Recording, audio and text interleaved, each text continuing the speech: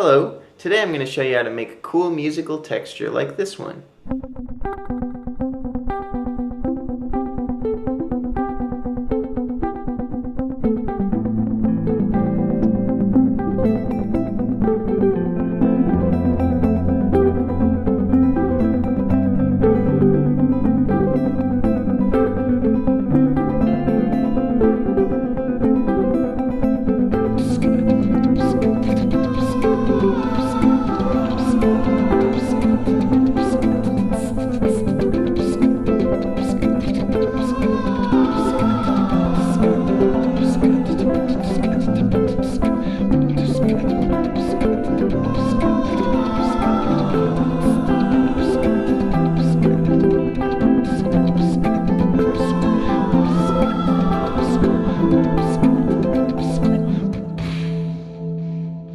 So I make textures like this all the time, and basically the way it works is I pick a tempo, and sometimes I pick a key. In this case, I definitely picked a key. I picked the key of A minor, and the tempo of 120 beats per minute.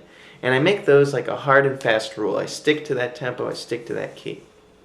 And what I do is I layer phrase after phrase after phrase on top of each other, and I have each phrase be contrasting from the others. The way that I contrast each phrase, the way that I make them all stand out, is I have them either be different rhythmically, different in terms of timbre, which is the quality of the sound, lots of highs or lows, the EQ and stuff like that, different instruments too. I change the range, whether it's in the higher register of the guitar, the middle, or the low register.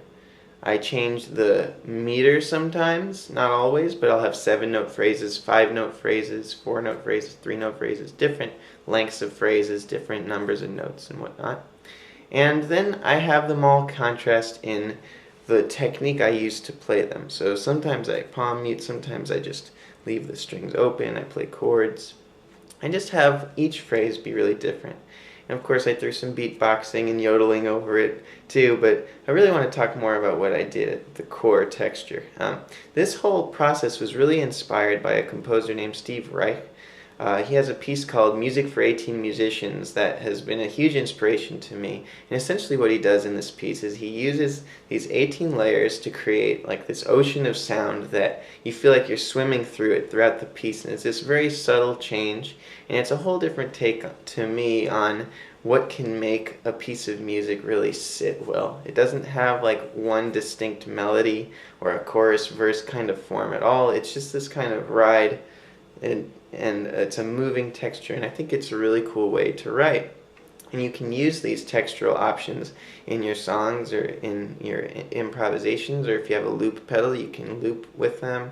You can incorporate them into your improv, and they're just super valuable. So check out Steve Reich's Music for 18 Musicians, and I hope that you give this writing process a try. Pick a tempo, pick a key signature, and make your phrases contrast rhythmically, metrically, in terms of timbre, range, highness and lowness. Mix up the techniques you use, and just try to make all your phrases different but still within the key and the tempo, and you'll get some cool results.